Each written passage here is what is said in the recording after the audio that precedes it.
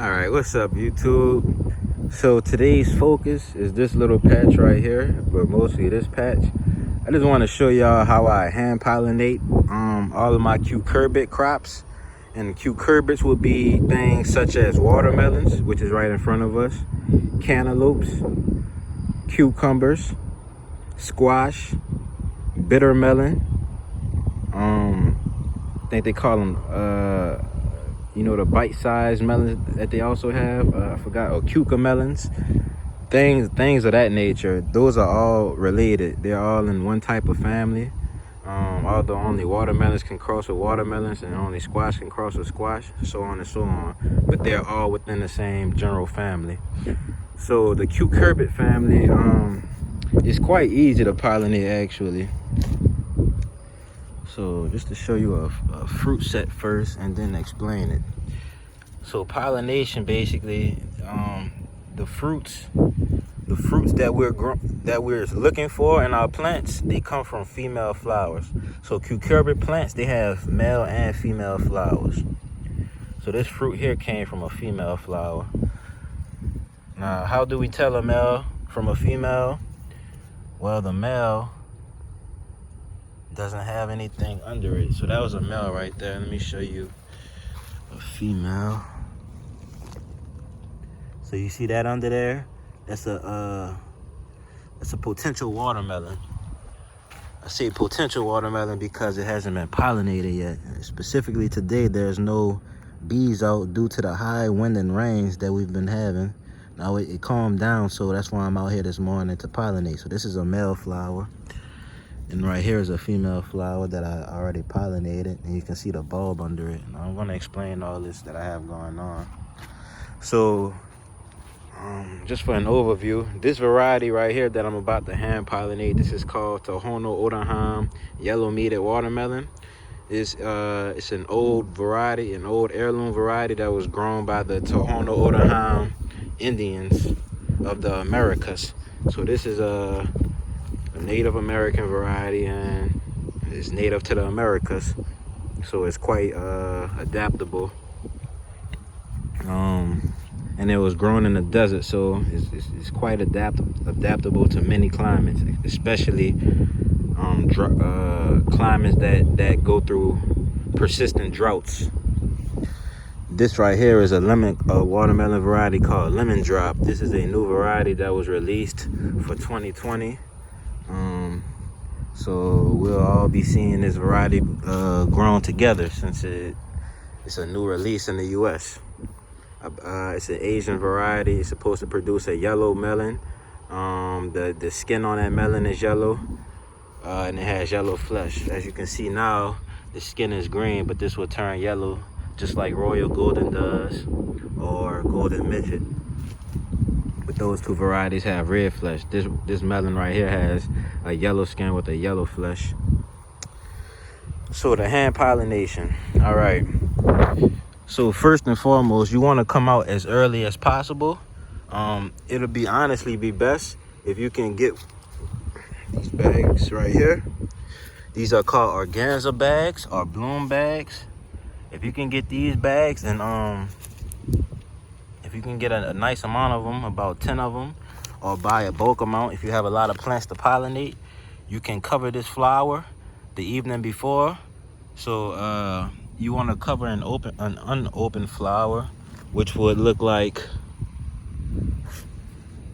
they're still developing. I don't see any unopened female flowers, but this is an unopened male flower right here. Right here. So tomorrow that will look like that. Literally. Within one day that will look like that. So it's you just learn to see which flowers will be open when, and you cover it the day before, or you can come out the morning that it does open and catch it early in the morning, about 6 or 7 in the morning, before the bees get to it and before the flower actually open, and as it's just beginning to open. So you want to catch it then. And this is also, you can guarantee that your seed is purebred once you save your seed. So you find that female, you get you a suitable male, about 3 to 5 suitable males. I'm gonna pick 2 for this video.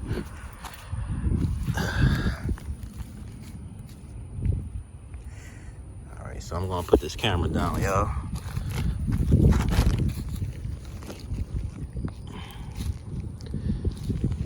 Try to do this real fast before that rain comes back in.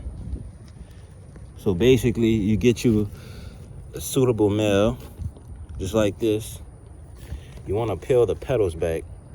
I can't see the screen, so I apologize if what I'm doing isn't visible. So you basically want to peel these petals back just like this to expose the inside middle portion of the male flower. And it's covered in pollen. I mean, absolutely covered in pollen. And then once you peel this back to expose that, you basically want to take the female flower, and without moving it much, you want to use the male flower as a paintbrush around the female flower. You want to coat it good, so you even want to coat the petals. All right, so let me peel this one back, and then I'm gonna pick the camera up and show y'all. I'm gonna peel my second male back, and I have multiple males just to guarantee that my flowers are pollinated. Okay, so I have my male in hand. I have the middle of the flower exposed, which is filled with pollen. I come into here. Now, I learned this technique from watching the bees. The bees actually, if you follow the flower, if my finger was a drop of water, imagine if it fell onto this petal, it will fall right into the crevice. The bees go right into the crevice of the flower. So that's where you want to try to get the male flower to go. Now, it's hard doing it with one hand, so you have to hold the female steady with the other hand. I'm painting the top right now. You can just see this flower is now absolutely covered with pollen. You can see all the grains on there. Any of that grainy stuff that you see, it came from these male flowers that I'm using now. And that's what causes the pollination and causes this fruit below the flower to swell. So this is Tohono yellow flesh, hand-pollination. And this flower should set today, and it should be double the size tomorrow if it pollinated. Okay, so that's that. I used 2 flowers for that, and now I'm just gonna cover it with my bloom bag. So I'm gonna put the phone down once more.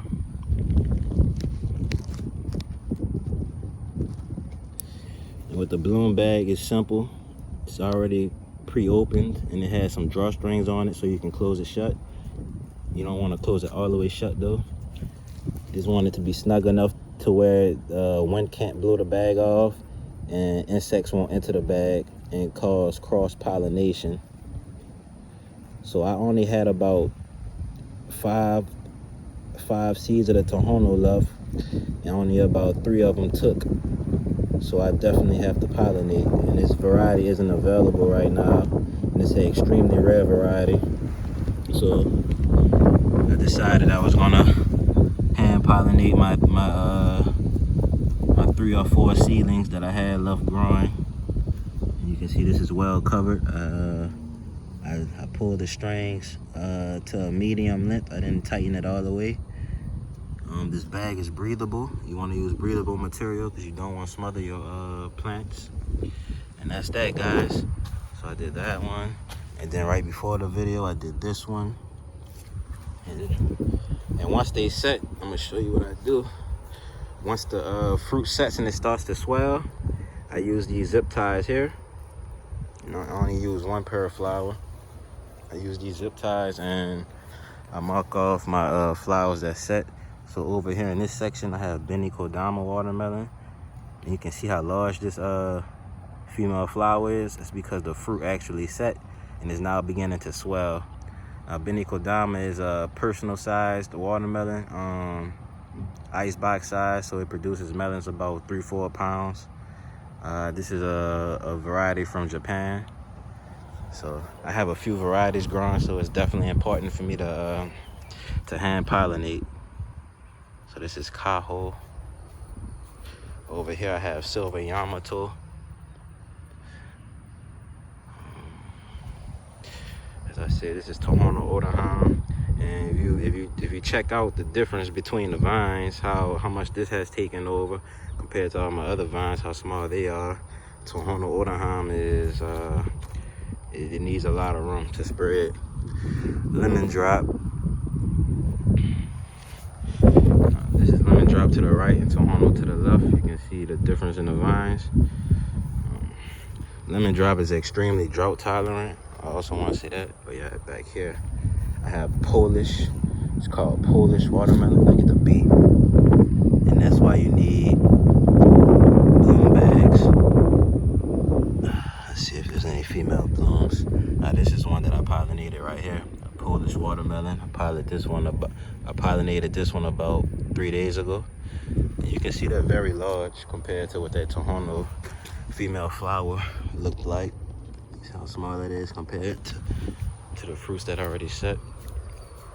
And they get quite big very fast. Let's see, over here I have Altaiskaya cantaloupe. This is a Russian variety. Very early. I already harvested one actually. Right here I have a watermelon variety called GSMO 230. I believe this variety came from Turkmenistan. Then over here I have Janosik watermelon. You can see the watermelon vine leaves. And then I have Kajari cantaloupe. So another bee. They're all around here. So I definitely have to use bloom bags, or else cross-pollination will be in my future, or else unwanted cross-pollination will be in my future. So this is Janosik, very fast grower. You can see how large this melon is. It's getting large real fast. There's about 5 Janosik watermelons that set already. It's another Janosik. There's about 5 of them. I'm not gonna dig for them. And then last but not least, well no, not last. But this is Kajari melon. You can see this one is ripening up. Very beautiful. There's another Kajari on top of it. I have 2 Kajari vines growing right now, and there's about 7 or 8 Kajari cantaloupes on them. It's about 7 or 8 cantaloupes on 2 vines. Not too bad at all. And then, last but not least, this is a variety called red seeded. This variety originated in Kankakee, Georgia. That's a country and not the Georgia in the U.S. It's from a whole another country in the Middle East. So yeah, here's another red seeded plant. So these are coming up. I got the seeds from the USDA, so you really can't buy that variety. You have to, you honestly have to get it from me. But once I trial it, I'll see if I want to put these varieties out or not. And another look at the Kajaris. And you can really see how many that I have a lot of Kajaris right here. There's one back there, one to the right here, and then one to the left over there. Then there's the 2 on the other side, and if I dig through the leaves, there's many more. All right, guys, that's my garden update for today. I'm super excited that I'm able to post videos to YouTube again without issue.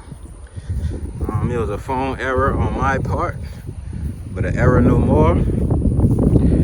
Hope to show you guys many more great gardening videos. All right, y'all have a good one.